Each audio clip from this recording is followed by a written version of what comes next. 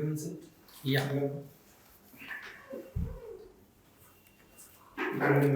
Good evening. Good evening. बसा. Thank you sir, thank you. नाव ना सांगा, तुमची ओळख करून द्या बरं. सर, मी जालना जिल्ह्यातील घनसावंगी तालुक्यातील तीर्थपुरी या गावातून आलेलो आहे. माझं प्राथमिक शिक्षण जिल्हा परिषद तीर्थपुरी इथून पूर्ण झालेले आहे. त्यानंतर मी माध्यमिक शिक्षण 6वी ते 12वी त्रिमूर्ती मिलिटरी पॅटर्न स्कूल नेवासा फाटा इथून पूर्ण केलेले आहे. त्यानंतर ग्रॅज्युएशन पाटील महाविद्यालय गेवराई जिल्हा पेठ इथून पूर्ण केलेले आहे. त्यानंतर मी 2019 पासून स्पर्धा परीक्षेचा अभ्यास केला आणि आता इथं तुमच्यासमोर इंटरव्ह्यू. बर. डॉक्टर बाबासाहेब आंबेडकर मराठवाडा विद्यापीठातून तुम्ही तुमची डिग्री घेतली हो बरोबर? सर. विद्यापीठाचं नामांतर कधी झालं होतं बरं? सर 1994 झालं होतं. बर.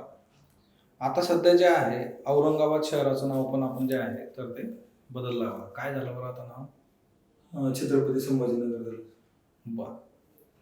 आता मूळ जे आहे नामांतराची प्रोसेस सांगू शकता का तुम्ही? एखाद्या शहराचं नाव बदलायची प्रक्रिया काय असते? सर, म्हणजे तो प्रस्ताव वगैरे गृह मंत्रालयाकडे पाठवला होतो.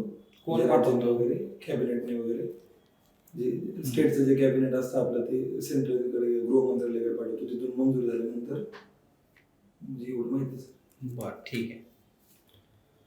तुम्हाला PSI का व्हायचं आहे बरं? सर, मी माझं जे म्हणजे माध्यमिक आणि कॉलेज ज्युनियर कॉलेजचं जे होतं ते आर्मी बॅकग्राऊंड स्कूल होतं. त्या ठिकाणी मला म्हणजे शिकत असतानाच एक आपलं सिव्हिल प्रोफाईल जॉब म्हणतो आपण ते म्हणजे. मग तुम्हाला आर्मीमध्ये जायची इच्छा नाही झाली का बरं? हो सर, झाली.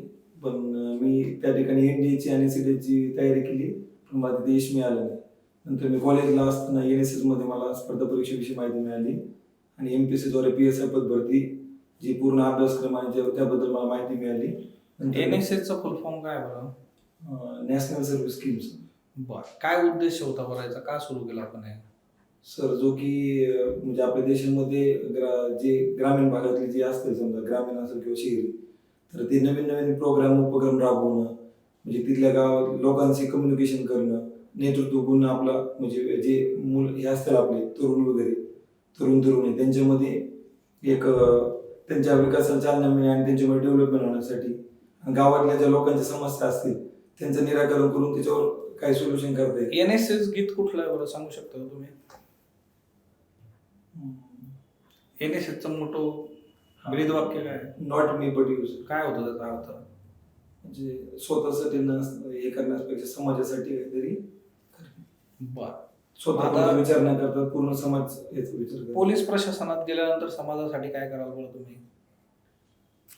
सर, मी अगोदरपासून मला ते आर्मी स्कूलमध्ये शिकल्यामुळे शिस्तीचं आणि याचं नियोजन म्हणजे चांगल्या प्रकारे माझा विकास झाला. म्हणजे मला मैदानी म्हणजे शारीरिक क्षमतेचा पण विकास झाला. तुम्ही समाजासाठी काय कराल पोलीस प्रशासनात गेल्यानंतर? सर, मी जे कर्तव्य आणि जे असते पोलिसांचे कर्तव्य कार्य असते ते त्याचे चांगल्या प्रकारे हे करेल. PSIचं काय कर्तव्य असतं बरं? सर, कायदा आणि सुव्यवस्था राखणे, गुन्ह्यांचा प्रतिबंध करणे, गुन्ह्यांचा तपास करणे आणि जे लोकांच्या ज्या समस्या असतील वगैरे त्याचं निराकरण करून तो अहवाल वगैरे तयार करून म्हणजे कायदेशीररित्या त्यांना मदत करणे ही पोलिसांची कार्य. बर. महिला पोलिसांसमोर कुठल्या समस्या आहे सांगू शकता का? महिला पोलिसांचं सर, एकतर महिला पोलिसांची संख्या कमी आहे पोलीस प्रशासनामध्ये आणि म्हणजे महिलांचं प्रमाण देखील म्हणजे तयारी करण्याचं पोलीस प्रशासनामध्ये कमी आहे. तयारी करणारे नको, व्यवस्थेतले जे आहेत त्यांचे काय समस्या आहेत? म्हणजे जे ऑलरेडी आहेत ना प्रशासनामध्ये. बरं मॅडम. बरं, ठीक आहे. तुम्ही जालन्यावरून आलेले आहात. हो. जालन्याच्या आजूबाजूला कोणती पर्यटन स्थळ आहेत बरं? मॅम, जालना जिल्ह्यामध्ये राजुरी येथील गणपती प्रसिद्ध आहे आणि अंबड येथील मंचुदरी देवीचं संस्थान प्रसिद्ध आहे आणि माझ्या तालुक्यातील संत रामदास स्वामींचं जन्मगाव जामसमर्थ हे आमच्या जिल्ह्यामध्ये आहे. बर. रामदास स्वामींचं जन्मगाव येते. हा. रामदास स्वामींचा कालखंड सांगता येईल का तुम्हाला?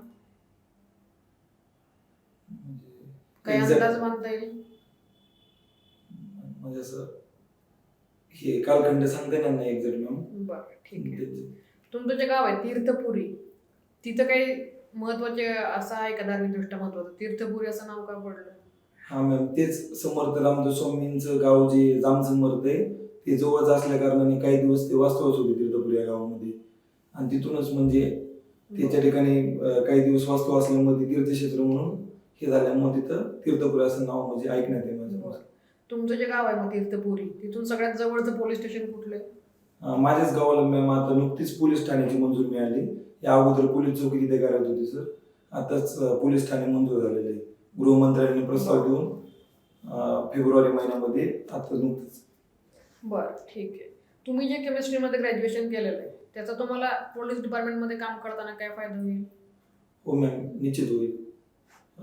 सायबर जे आपले सॉरी मॅम, सायबर नाही, जे आपले DNA फिंगरप्रिंटिंग असेल किंवा जे गुन्ह्यांचं अन्वेषण करण्यासाठी जे ज्या ठिकाणी म्हणजे गुन्हा घडतो वगैरे तिथून मी लवकरात लवकर जी फॉरेन्सिक टीम असते तिथे इन्फॉर्म करू शकतो की या पद्धतीचा गुन्हा घडलेला आहे आणि त्या पद्धतीचं म्हणजे लवकरात लवकर इन्व्हेस्टिगेशन करण्यासाठी त्या विषयाचा फायदा नक्की होईल. बरं. DNA फिंगरप्रिंटिंग काय असतं? DNA फिंगरप्रिंटिंग म्हणजे जे ठिकाणी गुन्हा झालेला आहे तिथले नमुने घेतले जातात वगैरे आणि त्याचा नमुने घेऊन त्या फॉरेन्सिक लॅबला पाठवल्यानंतर तो जिथं ते म्हणजे बोटाचे ठसे वगैरे असतील त्याचा हे करून तो एक निर्णायक पुरावा मानला जातो IPC नुसार. म्हणजे IPC नुसार किंवा असं कायद्यानुसार असं सांगितलं जातं की कुठल्याही दोन व्यक्तीचे पायाचे जे फिंगर सॉरी हाताचे जे फिंगर असतात ते सारखे नसतात वगैरे. बरं. म्हणून तो एक युनिक आयडेंटिफिकेशनसाठी महत्वाचा आणि IPC काय आहे? इंडियन पिनल कोड किती कलम आहेत त्याच्यामध्ये? 511 कलम. बरं. तुम्ही आता हे सांगितलं की तुम्ही इन्फॉर्म कराल फॉरेन्सिक टीमला आणि ते पुरावे गोळा हो. करतील आणि लॅबमध्ये पाठवतील. पण ह्याच्यासाठी प्री रिक्विजिट काय आहे की तो जो स्पॉट असेल गुन्हा घडलेला तो टॅम्पर नाही झाला पाहिजे ना. तो जर टॅम्पर झाला असेल तर मग फॉरेन्सिक टीमचा काही उपयोग आहे का तिथे?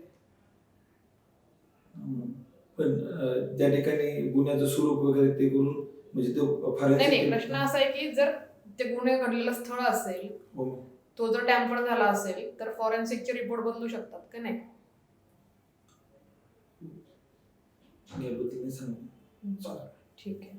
पोलीस डिपार्टमेंटमध्ये जी पदांची हायरार्की आहे ती तुम्हाला सांगता येईल का? हो सांगा. म्हणजे वरतून खालून वर खालून वरपर्यंत.